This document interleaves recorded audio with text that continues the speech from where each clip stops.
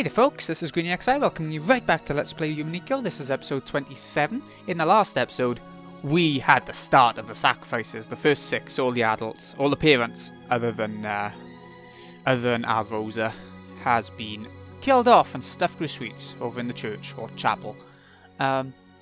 So, we're going to carry on now, see what the reactions are and everything, I'm sure. Milady, please, calm yourself. That's not a lady. We still don't know who the culprit is. And Beatrice Hammer is an important and honoured guest of the Masters. So what? If we grab her by the collar, she'll definitely confess. If I can just look her in the eye, I'll know. I'll see through her. A witch? Beatrice? Yeah, right. I'll expose her. Jessica never stopped moving. Goda and Cannon chased after her, doing their best to convince her to stop, but Jessica never lent them an ear. Eventually, the witch's VIP room came into view. This VIP room was always sealed and never used. No matter what kind of guest came, Kinzo wouldn't let them in there. And yet, the servants were always made to clean this room so that it could be used at any time. So the servants had started calling this room the witch's VIP room after their second, shapeless master. Jessica knew about this too, and she couldn't forgive the arrogance of the one who called herself a witch by staying in that room. The Golden Witch was just a fairy tale. Come on, a witch? To Jessica, she was nothing more or less than the murderer who had brutally killed her parents. Question her, hear her pitiful excuses, make her splutter in pain, gasp in anguish. No matter how hard she pretends to be a witch, I'll teach her that she's just a stinking, sweaty human. As Jessica yelled with all her strength, she hit the door to the VIP room. It definitely wasn't a knock. That sound was the beating of her anger's hammer, as if she was determined to break the door down if it wasn't opened. Open up, Beatrice! Come out! You hear me, right? Open up! There was no answer. Jessica grabbed the doorknob without any reservation, but she felt the resistance of the lock. She turned around to look at the two servants and spoke. The master key'll unlock this, right? Use it. Milady, that would be horribly rude. Although Goda was flustered, he still tried to somehow calm Jessica's anger. After hanging his head silently for a while, Cannon pulled a master key from his jacket pocket. Cannon-san, you sure? Yes, I'm fully aware it would be rude if she happens to be in there. At any rate, if Beatrice had nothing to do with that incident, all she has to do is give us a satisfying explanation. That's right, exactly. Let me borrow that. Jessica snatched the master key from Cannon's hand and violently shoved it into the keyhole. Immediately, there was a small sound, and she felt the lock click. Then, without asking permission, she flung the door open. Beatrice! Where are you? Come out! Jessica rudely stepped into the room. The witch wasn't anywhere to be seen. That bitch! She's not here! Where the hell'd she go? Yes, she doesn't seem to be here. Jessica, thinking she might be hiding somewhere inside the room, peeked behind the curtains, under the bed, but she couldn't find anyone. However, there definitely were signs that the bed had been used. And though it was only a vague sense, the atmosphere in the room felt a little soft. It wasn't the hard atmosphere of a place normally devoid of people, like the chapel. You could definitely tell that someone had spent the night in this room, but she could not be seen. In reality, neither Jessica nor Goda had met Beatrice. They had only been told by those who had met her that she looked like a double of the character in that portrait, so they were doubtful about what her face really looked like. However, Cannon alone had met her. He understood what kind of being that witch was, what kind of personality she had. So he knew that forcing their way in here in search of her definitely wouldn't work out. She must be watching us bitterly flail about in vain from somewhere, sneering at us. She's that kind of person. Because he was looking at things that way, Cannon was the first to find it. The other two were concentrating on finding the shadow of a person, so they didn't notice. Near a water jug, on the side table, there was a single sheet of letter paper. On it was a short message, and nearby was a fountain pen, which had probably been used to write it. Cannon had already come to understand the witch. After finding the corpses, they'd been overcome by rage and barged in here, only to find no one. So of course the witch would mock them. You can't mock someone unless they know they're being mocked. So in other words, that's what this must be.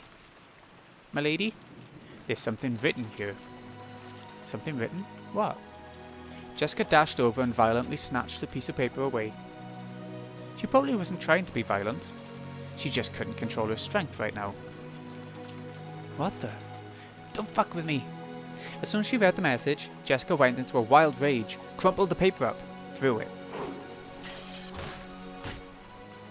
Then she grabbed a light stand by the bedside and violently swung it around, mercilessly hitting the walls and furniture with it. The light bulbs all shattered at once, and the fragments were scattered across the room. "Milady, please calm down. You'll hurt yourself." "Let go. Damn it, damn it. Come out, Beatrice. How could you do that to Mom and Dad? You think you scare me? I'll kill you. I'll kill you. I'll beat you to death, so show yourself. I told you to let go of me. Damn it." This was written on the paper. "Did you think I'd be that senile, to just sit around here, waiting for you to come barging in? You're way too inelegant for this intellectual night.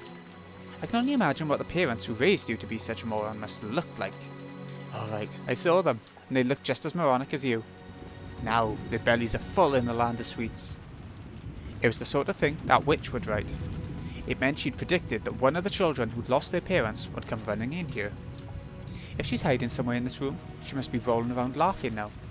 The witch was that kind of person. She sneered at people's misfortune, using it to stave off the boredom of 1,000 years. "Hand it over. I'm telling you, you'll hurt yourself." "I told you to let go. Damn it, damn it." Golda snatched away the light stand Jessica had been holding. After all, if she kept swinging it around, she might end up smashing it against something, which could cause serious injury. To Golda's eyes, Jessica probably looked mad with rage, burning herself up with the flames of anger. But Cannon's eyes saw it differently. Those were probably tears of sadness, hidden by rage. So, when the light stand was taken from Jessica, when she started crying on the floor, scratching at the carpet almost as though she was grovelling, Golda was surprised, but Cannon was not. Of course, she had lost her means of crying by lashing out in rage. "Oh, wah. Dad, Mom, wah." Considering that she was a daughter of the Yashomaya head family, she was in a very shabby state. She scratched at the carpet with her fingernails, and even her feet were scratching. Jessica cried very, very hard, because if she didn't, her rage would start building up again and swallow her up. But over and over again, she remembered that humiliating message. I can only imagine what the parents who raised you to be such a moron must have looked like. Don't you call them morons? Both Dad and Mom were smart, and like me, they were really smart. Don't you call them morons? Take it back. Take it back. Alright, I saw them, and they looked just as moronic as you. Now their bellies are full in the land of sweets. Damn it. I'll kill her. I'll kill her. I'll slice open her stomach and see how she likes it. Oh. As Jessica cried and screamed, she triggered an asthma attack. The servants watched over her, hurriedly ran up to her and rubbed her back, but that only provoked Jessica's wrath. The hell? If you've got the time to do that, search for that bastard. Find him. Bring him here. If you won't go, I will, and I'll kill him with my own hands. I'll slice open her stomach. She's getting too worked up. Don't touch me. Damn it, damn it. Jessica got up unsteadily, and as her asthma continued, she went out into the hallway. Milady, your medicine, quickly. I'll call Dr. Nanjo. Goda-san, would you leave this to me? Cannon had noticed. Goda, who was vastly separated from her in age, probably couldn't sense the tears in Jessica's heart. Cannon, who had noticed, had to be the one to support her. Cannon-san, are you sure? I believe Milady needs some time to cry right now, considering that she saw her parents killed like that. You're right. Goda also understood, and he knew that Jessica and Cannon had shared a vague relationship with each other. So he understood everything and left it to Cannon. Very well. I'll go back to Rosa-sama. Please take care of Milady. Yes, leave it to me. Cannon's voice was frail, but he nodded firmly. After looking at his eyes, Goda nodded firmly as well. Goda was a veteran with many years behind him. He'd seen a great number of people in his life, so he knew the vigorous sparkle that could be found in the eyes of those who possessed self-control. He had surely seen that in Cannon's eyes, so he would leave this to Cannon. When you think about it, maybe this was the first time Goda had ever trusted Cannon and relied on him for a job. Jessica, still suffering from her asthma, seemed to be heading towards her room, though she kept leaning against the wall. Cannon followed her wordlessly. If she had asked for a hand, he would have leapt forward and supported her. But until Jessica did ask for that, he chose to hide himself, watching over her from a distance where he could come to her rescue at any time. When people feel their hearts are about to explode from sadness and want to have someone by their sides, you can bet 10 billion of them would want to turn around and find someone in the place Cannon now stood, as he watched over Jessica from behind. Then finally, she doubled over in front of the door to her room. The asthma attack had stolen all her strength, and her thoughts had gotten hazy from the lack of oxygen, making it impossible even to stand up again. But right then, Jessica didn't think she wanted someone to lend a hand. She still hadn't been able to overcome the flames of anger. Even if someone had offered her a hand with good intentions, Jessica would have wanted to tear it off right then. She knew how unfair that would be, so she definitely wouldn't ask for help until she overcame the fiery anger burning inside. Jessica had probably lost the willpower even to call for help. But Cannon heard it. He definitely heard it. Cannon definitely heard that voiceless call for help, one shared by miserable grievers the world round. An endless scream that no one ever seems to hear.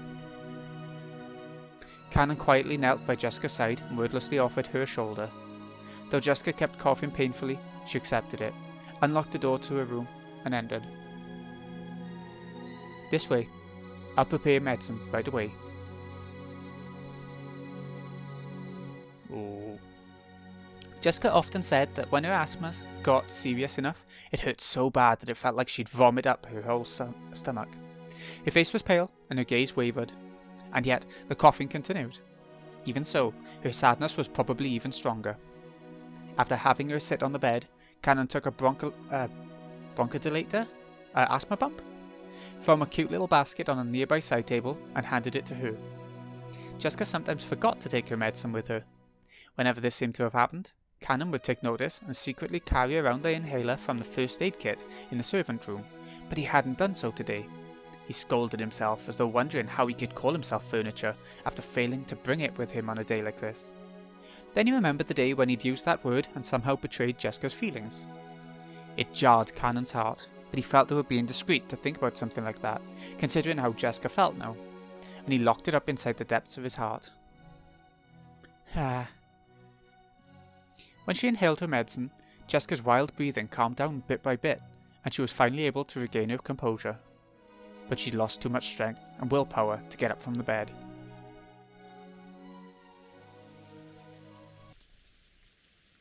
You alright, my lady? I'm alright. I'm all messed up over Mum and Dad, but after I cry a bit more, I'll be alright. Cannon regretted his poor choice of words. Did he really say, "Are you alright?" to her? Was he really that clueless of the pain in her heart? This was what made him furniture. This was why he couldn't become human. I will be in the corridor. If you need anything, please call me immediately. Cannon understood that she still needed some time to cry alone. He told her to call him at any time, bowed, and tried to leave the room. Do you need something? Jessica had spoken up as though she wanted him to stop, so Cannon had stopped. If she asks it, I'll do anything I can to help her. Right now, I'd become even a cane or chair if it would help ease the pain in her heart. If by doing that, I could make up for the pain I dealt to her heart on that day. For a while, Jessica stared into Cannon's eyes. It was as though her reason for stopping him was something she couldn't put into words. For a while, neither spoke. Jessica broke that silence. With a small voice, I'm sorry. It's nothing. Could you tell Aunt Rosa that I want to be alone for a while? I won't let you be alone. Huh? I won't let you be alone.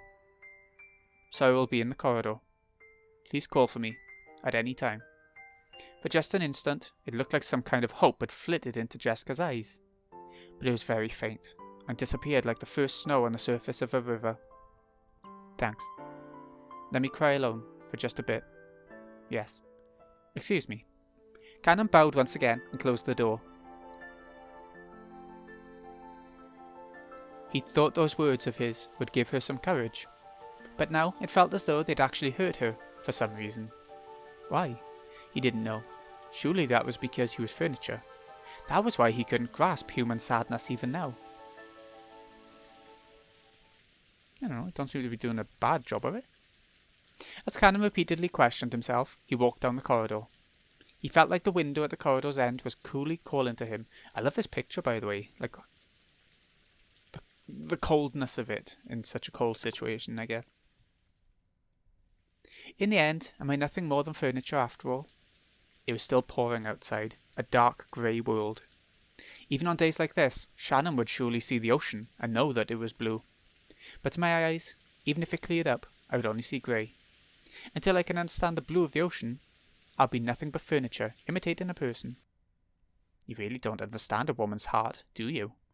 At times like that, you ought to silently remain by her side. That's why you're furniture. You! There shouldn't have been any trace of human life in this corridor. It had been an empty corridor filled with frigid air. But those scoffing words approached Cannon from behind. When he turned around, he saw that witch. That witch who hadn't shown herself when Jessica had searched for her with a rage bordering on madness and who had left that sneering letter to toy with Jessica. There are 3 ways to hurt a woman. Let me teach you them. One is to hurt them with a blade. Another is to hurt them in their heart. The last way is the most difficult and most effective method of hurting them. And yet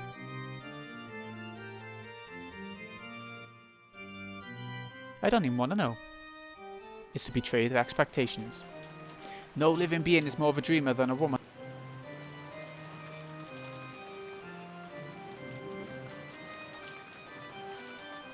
You couldn't understand. You have no idea how deeply you've wounded Jessica. After all,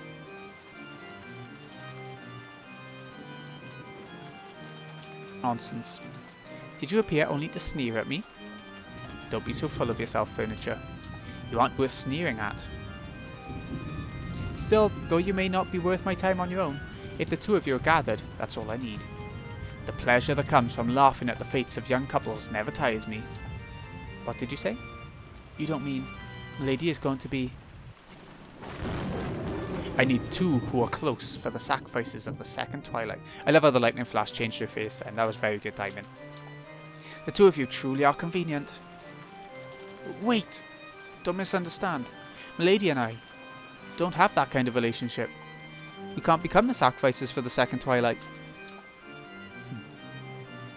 That's why you hurt Jessica. That's why you cannot become human. Then there should be no problem. If you won't admit you have feelings for Jessica, I can accept that. But I will kill her. Why? You idiot. Isn't it obvious?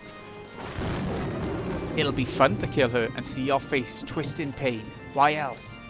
Following the rules of the ceremony, 13 people will be sacrificed on my whims. However, there's no rule that says I can't kill more. If it amuses me, I can kill any number of people. So I will. Make me laugh as hard as I can. Cannon the furniture. At that time, Cannon definitely heard Jessica scream. When he blinked and looked down the corridor, the witch who'd supposedly been there so nonchalantly just a second ago was gone. At that moment, he was just standing there, all alone in the corridor, doing nothing. And the person he wanted to protect was asking for help from far away in that direction. It was obvious what he should do. It wasn't logical. It was an electric reflex. Without a trace of hesitation or distraction, there was a person he wanted to protect, and she was asking for help.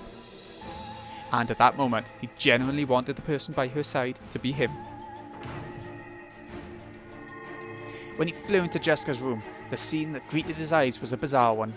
The room had become a fantastical world where a blizzard of gold-coloured specks danced, almost as though gold leaf had been scattered inside a snow globe. No, that's not it. I've seen this spectacle before. This isn't gold leaf. It's countless golden butterflies, Beatrice's minions. Jessica was surrounded by countless butterflies, waving her hands around, trying frantically to drive them away. Milady! Cannon-kun, help! Cannon rushed towards Jessica and violently brushed the cloud of butterflies away. The butterflies, which were sickening despite their beauty, surrounded Jessica's face, trying to crawl in through her mouth and nose. Jessica choked violently. almost as though the butterflies were triggering an asthma attack, mocking her.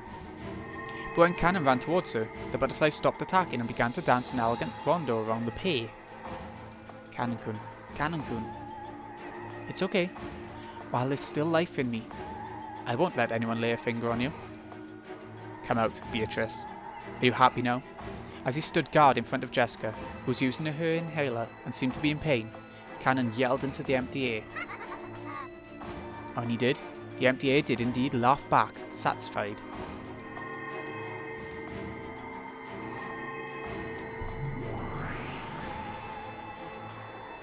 Then she showed herself.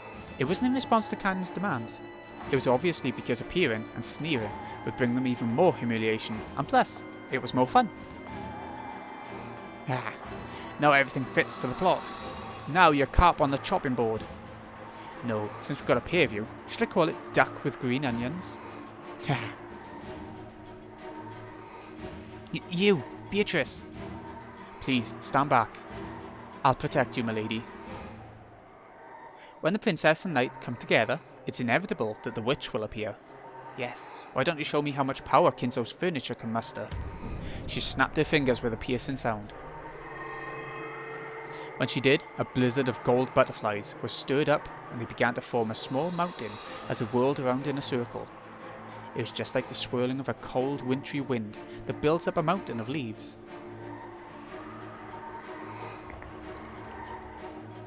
From that mound of gold, a hand sprouted, and it appeared, as though a resident of the world below was crawling up from beneath the ground.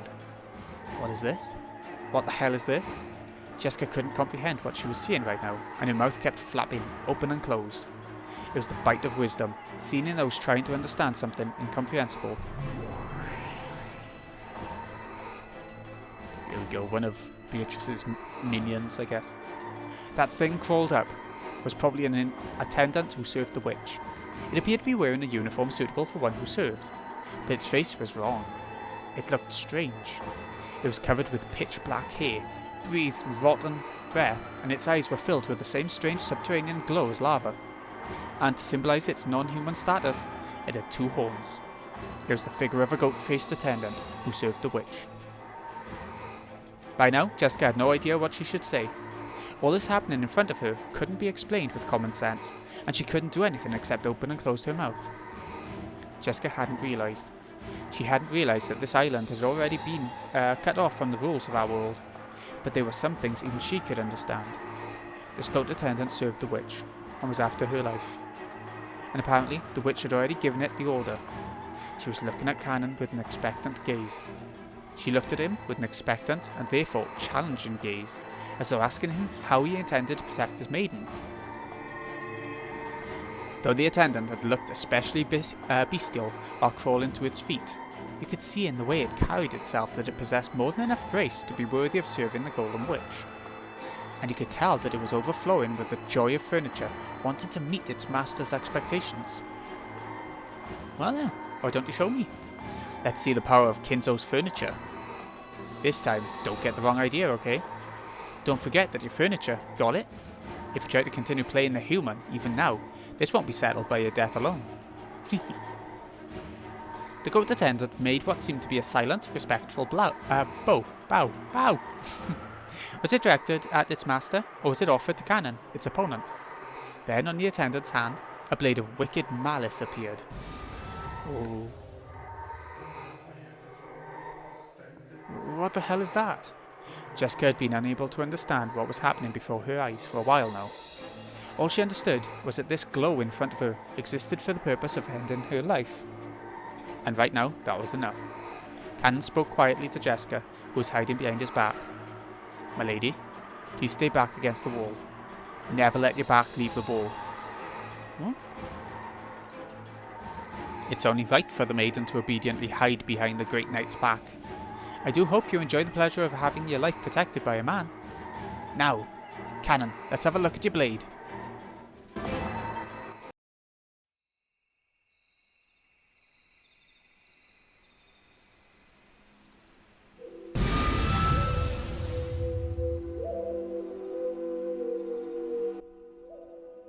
Beautiful. At least when it comes to giving birth to furniture, Kinzo might even reach up as far as my feet. A thing like this can't even be used to trim the roses. Kanan-kun, what? I didn't want to show you. So you've taken it out. How does it feel to expose your subhumanity in front of the girl you care for? Be silent. So you'll act composed, even though you're really burning with wrath? Yes, they do say that truly hot flames burn a cool blue. Is that how you are now? There's no way I can kill you with my power. You are the moon. I can never smash the moon by throwing a rock. However, in order to manifest yourself, you've had to reflect your image off the surface of the water.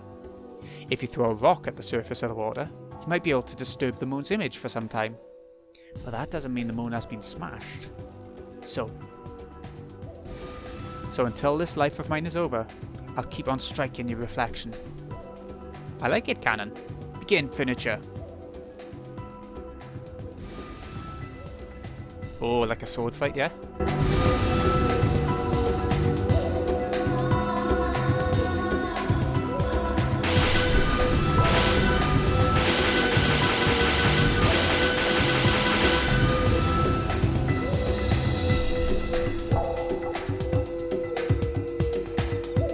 Oh, what a beautiful curve. The witch's words of admiration broke the silence, and for just an instant, they broke Jessica's paralysis. Am I dreaming? Come, furniture of the witch. I'll beat you down to the hell you came from.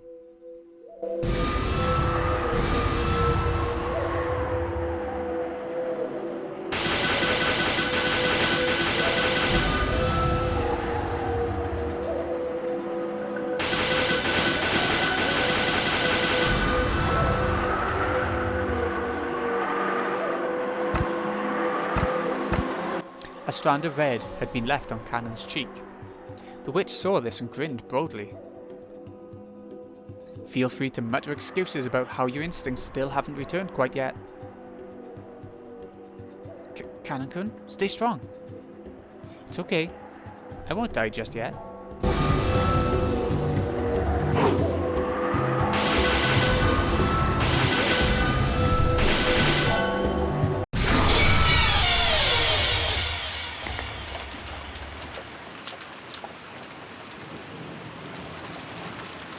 Wow, those were some nice effects. Like I wasn't expect like the avatar to cut away. The curve drawn by the goat attendant's blade drew a large arc in empty space. Canon wasn't there. He was behind it. Go back and await your master's return. Die.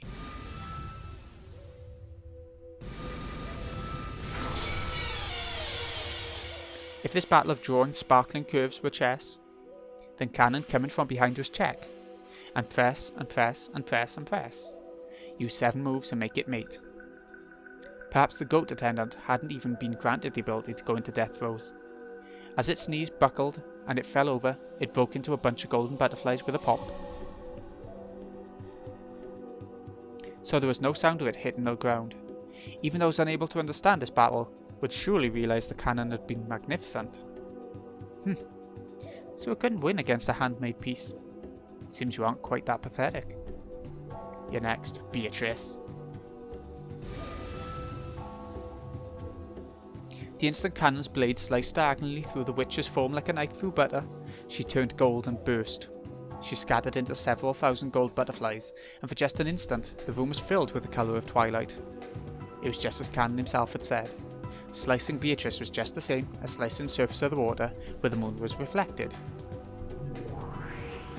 The witch's form, with an ordinary expression on its face, as though she'd been there the whole time, was right behind Canon. Haha, you provided quite an entertaining show. Out of respect for that, I thought about letting you off the hook, but your rudeness now has made me change my mind. Don't lie. I won't let you kill my lady. Even if that's impossible, I won't let you kill her while I still live. You can't even do that much. Do not speak, furniture. Be silent, furniture. Know your place, furniture. Kanan-kun isn't furniture. Oh, and what makes you think that? I don't need a reason. Kanan-kun is Kanan-kun. No, his real name's different, but a name doesn't make him furniture. Canon-kun has his own way of living. That's a noble thing, and it's something he gets to decide for himself. You say he can't have an opinion because he's furniture, that he can't live his own life because he's furniture. That's wrong. Milady, you mustn't provoke her. No, I gotta make this clear. Canon-kun isn't furniture. He's human. Why? Canon-kun rushed to save me of his own free will, and he stood in the path of a fearsome witch like you. He had so many chances to just let me go, but he didn't. Self-sacrifice is part of the noble spirit that only humans have. That means Canon-kun's human. So take it back. Don't you call Canon-kun furniture again. Milady.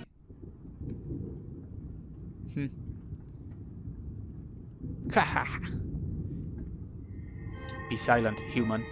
Let's end this quickly, since this is still just the second twilight after all. Now I shall sacrifice the two who are close, who have acknowledged each other's dignity.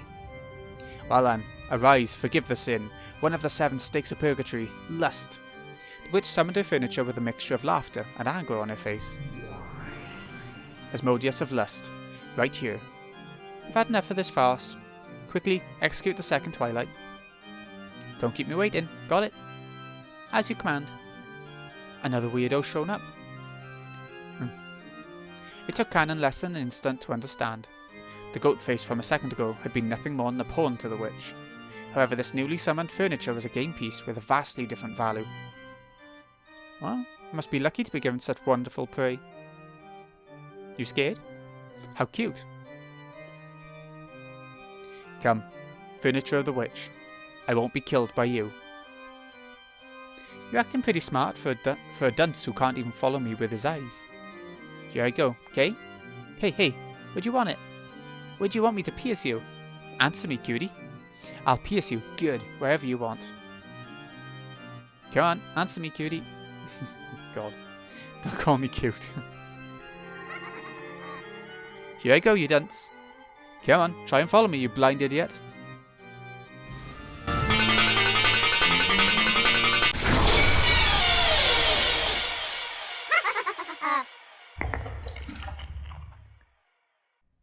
Milady. I couldn't follow it with my eyes, but my guess was spot on.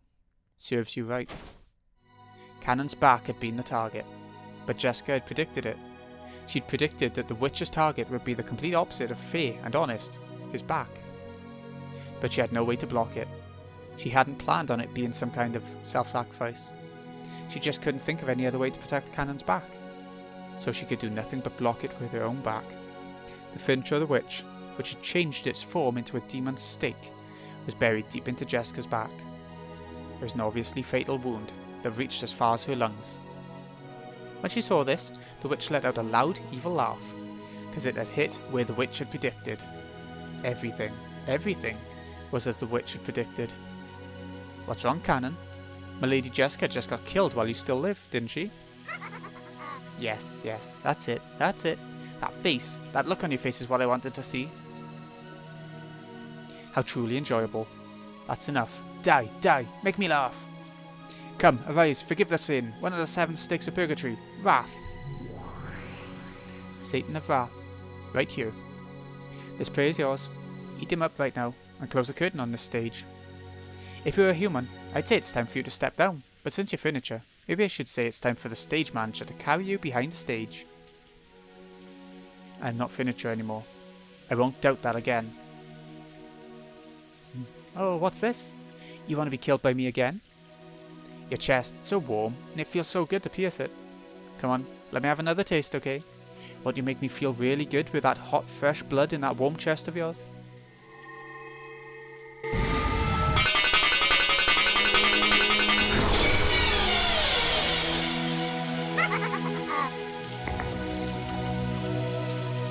There was no way to block it. The sound of a woodpecker filled the entire room, and before he could blink, it was already right in the centre of his chest. When you take a piece in chess, the rules say that it's impossible for your opponent's piece to defend itself, so this was an obvious result, in accordance with the rules. Canon landed on his knees, and he apologised, not to the witch, and not to Milady. He apologised to Jessica. I'm sorry. I couldn't protect you. Don't worry about it. You were really cool. Cannon finally fell over. He landed next to Jessica, and the two lay there like the constellation Gemini. You know, Cannon-kun, you aren't furniture anymore. Yes, I was. Too late in realising that. I wanted to ask you what your real name was. My real name is... In his last moments, Cannon wanted to tell her his real name, but Jessica had already fallen into a sleep from which she would never wake. So Cannon's real name, which he had protected until today, in the end, he couldn't tell it to Jessica. I became human. Those were the last words Cannon left behind.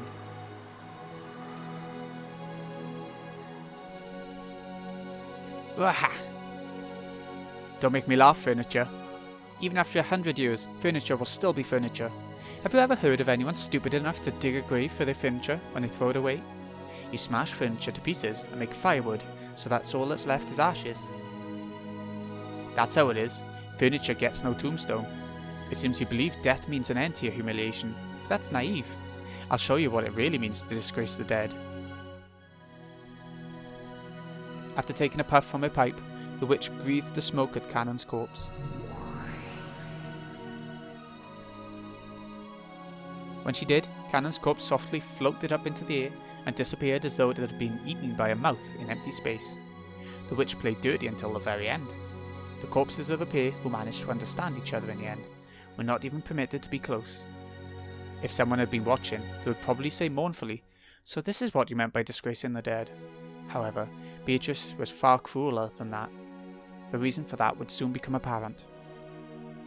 Oh, so that's the two choices for the lovers of the second Twilight. She went with Jessica and Cannon. It's going to be one of the two pairs, isn't it, surely? Oh, we're going back in time. That's interesting. Gonna see what happened just before that with some other characters, probably.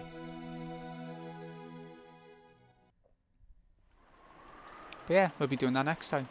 So, this has been Greeny XI. I hope you've enjoyed. Thank you so much for watching. I'll see you again in a wee bit.